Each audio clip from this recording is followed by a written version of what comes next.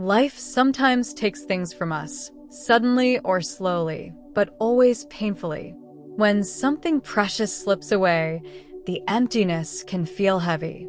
You look at what you've lost and wonder if anything good could ever come from the space it left behind. Loss creates an ache that convinces you life will never feel whole again. In that quiet pain, you may feel forgotten or invisible.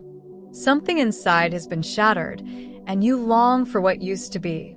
You wonder why God allowed this, and your heart wrestles with questions He fully understands.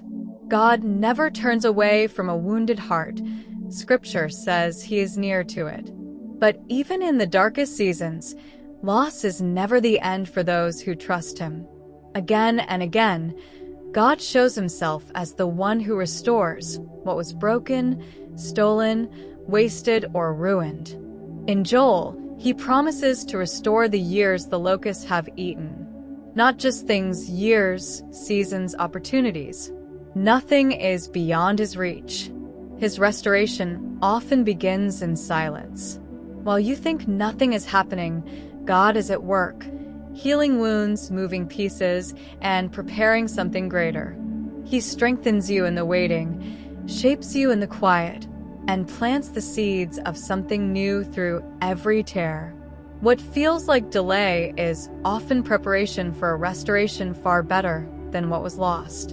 And when God restores, He never returns things the same. He restores with increase and purpose. Job, Joseph, and David all saw their loss transformed into something greater.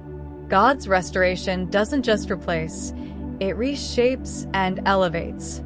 Sometimes the greatest restoration is internal, the healing of your heart, the return of joy, the rebuilding of peace. God restores identity, hope, and courage. Pain becomes the very soil where something beautiful grows. Whatever you have lost, an opportunity, a relationship, a season, or a part of yourself, God can restore it.